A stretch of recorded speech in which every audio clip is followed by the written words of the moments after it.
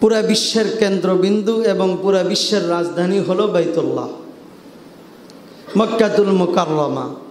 এই জন্য আল্লাহ তাআলা বলতেছেন, ইন্না আউওয়ালা বাইতি উযিআ লিন-নাস লাল্লাযী বিবাক্কাতা মুবারাকা ওয়া হুদাল লিল আলামিন। আমি বাক্কা তথা মক্কাতুল মুকাররমায় সর্বপ্রথম যে ঘর নির্মাণ করেছি, এটা মানুষের জন্য বরকতপূর্ণ এবং মানুষের হেদায়েতের কারণ। মানুষের হেদায়েতের কারণ, মুবারাকা, বরকতপূর্ণ, বরকতের কারণ।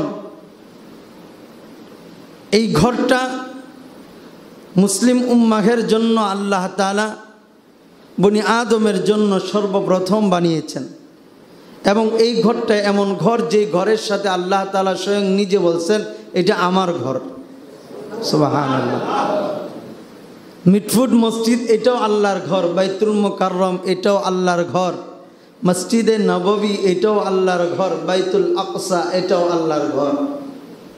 কিন্তু আল্লাহ তাআলা কোনো ঘরের সাথে এই কথা বলেন নাই এটা আমার ঘর। বাকি যেই জায়গায় নামাজ হয় ওইটাই আল্লাহর ঘর, যেই জায়গায় ইবাদত করা হয়, যার ইবাদত করা হয় ওইটাই তার ঘর।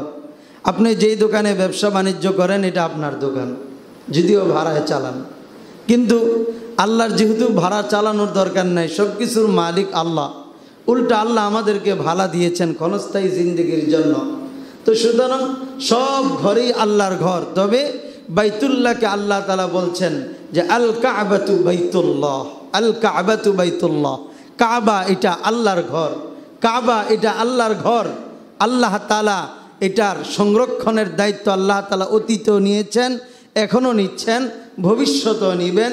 বরং পুরা বিশ্বের রাজধানী বাইতুল্লাহ, এটাকে আল্লাহ তাআলা কখনো অমুসলিমদের হাতে ধ্বংস হতে দিবেন না।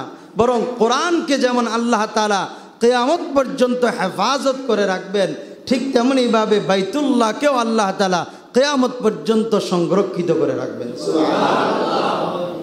এই জন্য কিয়ামতের আগে দাজ্জাল আসবে। দাজ্জাল আসবে, মানুষদেরকে ধ্বংস করবে। আল্লাহর যে সমস্ত গুণ আছে, কিছু গুণ দাজ্জালকে দেয়া হবে। আল্লাহ তাআলা যেমন কুন ফায়াকুনের মাধ্যমে অনেক কিছু করতে পারেন, দাজ্জালকে এমন কিছু গুণ দেওয়া হবে। দাজ্জাল আসমানের দিকে তাকিয়ে বলবে, বৃষ্টি হও, বৃষ্টি হবে, রৌদ্র হও, রৌদ্র হবে, সূর্য ওঠো, সূর্য উঠবে, চন্দ্র ওঠো, চন্দ্র উঠবে। গাছপালার দিকে ইশারা করবে, মাত্র বিচিটা বপন করা হয়েছে, সাথে সাথে গাছ হয়ে ফল ধরবে। হ্যাঁ, নদী নালায় পানি জমে যাবে। যা বলবে, মৃত মানুষকে বলবে জীবিত হও, জীবিত হয়ে যাবে। অর্থাৎ আল্লাহর যে সমস্ত গুণ, এমন অনেক গুণাবলী দাজ্জালকে দেয়া হবে। এটা হলো যারা প্রকৃত মুসলমান আর যারা প্রকৃত মুনাফেক, এদের মধ্যে পার্থক্য সৃষ্টি করার জন্য। যারা প্রকৃত মুনাফেক নামে মুসলমান, এরা সেই দিন ধরা খাবে।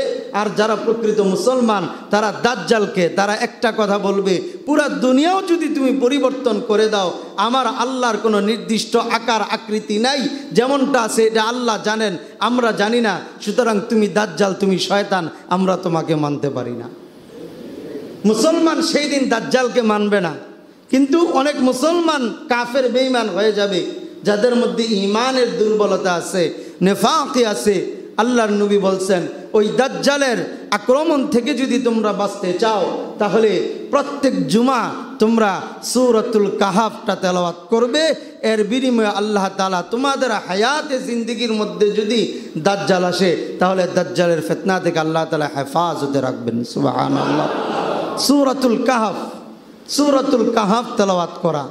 তো কোরআন পড়তে পারলে সে সূরা কাহাফ তেলাওয়াত করতে পারবো। তো সূরা কাহাফ তেলাওয়াত করা, কোরআন শিখা, আল্লাহ তাআলা তৌফিক দান করুন, আমিন। এই দাজ্জাল পর্যন্ত মক্কা মদিনায় ঢুকতে পারবে না। হারামের এরিয়ার মধ্যে, হাদ্দুল হারাম যেটা হারামের এরিয়া, হারামের এরিয়ার মধ্যে, সীমানার মধ্যে দাজ্জাল ঢুকতে পারবে না। মদিনাতুল মুনাওয়ারার যে এরিয়া আছে, ওই এরিয়ার মধ্যেও সে ঢুকতে পারবে না। বরং আশপাশে সে হয়তোবা মানুষদেরকে ধোঁকা দিবে, কিন্তু ওই জায়গায় সে ঢুকতে পারবে না, আর ঢুকার সুযোগও দেওয়া হবে না। কারণ হলো এটা বাইতুল্লাহ, আল্লাহর ঘর। আল্লাহ তাআলা আগেও হেফাজত করেছেন, এখনো হেফাজত করছেন, ভবিষ্যতে হেফাজত করবেন। ঠিক তেমনইভাবে ওই বাইতুল্লাহর এরিয়ার মধ্যে কোনো পাপীও যদি ঢুকে যায়, ওই পাপীকেও হেফাজত করার দায়িত্ব স্বয়ং আল্লাহ নিয়ে নেন। এই জন্য মাসআলা কি, আপনি যদি আপনার বাবার হত্যাকারীকে আপনার সামনে পান, ইসলাম বলে বিচারের জন্য বিচারের কাঠগড়ায় আপনি দাঁড় করাতে পারবেন, তাকে কিসাসের জন্য তাকে কাঠগড়ায় দাঁড় করাতে পারবেন বিচার চাওয়ার জন্য। কিন্তু বাইতুল্লাহর এরিয়ার মধ্যে যদি তাকে পাওয়া যায়, তাহলে তাকে ধরা যাবে না, তাকে শাস্তি দেওয়া যাবে না। বাইতুল্লাহর এরিয়ার মধ্যে কোনো প্রাণীকে ধরা যাবে না, বাইতুল্লাহর এরিয়ার মধ্যে কোনো প্রাণীকে হত্যা করা যাবে না, নির্দিষ্ট কিছু প্রাণী ছাড়া। এর মধ্যে একটা আছে সাপ। যেই সমস্ত প্রাণীগুলা মানুষদেরকে কষ্ট দেয়, এমন প্রাণী ব্যতীত সকল প্রাণীকে ওই এরিয়ার মধ্যে যদি ঢুকে যায় তাহলে সে নিরাপদ হয়ে যায়। যেমনটা আমরা দেখি মক্কাতুল মুকাররমার মধ্যে একটা চত্বর আছে, যেটাকে আমরা কবুতর চত্বর বলি। ওই কবুতর চত্বর মধ্যে হাজারো লক্ষ কবুতর থাকে, ইচ্ছা করলে কবুতরগুলা ধরা যায়। যেই মানুষগুলা দেশের মধ্যে থাইকা বিভিন্ন পদ্ধতি অবলম্বন করে পাখি ধরার জন্য, ওই লোকগুলাও যখন মক্কাতুল মুকাররমায় যায়, সে কবুতর ধরবে তো দূরের কথা, উল্টা কবুতরকে আদর করে কবুতর না ধরে খাবার দিয়ে চলে যায়। কি কারণে? কারণ ওই এরিয়ার মধ্যে কোনো প্রাণী ধরা, কোনো প্রাণীর উপর আক্রমণ করা, কোনো প্রাণীকে হত্যা করা নিষেধ। এই জন্য কত সুন্দর সুন্দর কবুতর, কত সুন্দর সুন্দর পাখিগুলা সামনে আসে, ধরে না, ছাইরা দেয়, ধরেই না, ছাড়বে কি করে, উল্টা খাবার দিয়ে চলে যায়। কারণ হলো এই এরিয়ার মধ্যে যে প্রাণী ঢুকবে, মানুষ তো নিরাপদ থাকবেই, বরং প্রাণীগুলাও নিরাপদ থাকবে। কারণ হলো এই ঘর যেমন আল্লাহর কাছে নিরাপদ, ওই ঘরের এরিয়ার মধ্যে যারা ঢুকবে তারাও নিরাপদ। চাই ছাড়া আশরাফুল মাখলুকাত হোক অথবা নিম্নমানের কোনো প্রাণী হোক, যদি কষ্টদায়ক বস্তু না হয়, কষ্টদায়ক কোনো প্রাণী না হয়, এরিয়ার মধ্যে যে ঢুকবে সেই নিরাপদ হয়ে যাবে। সুবহানাল্লাহ।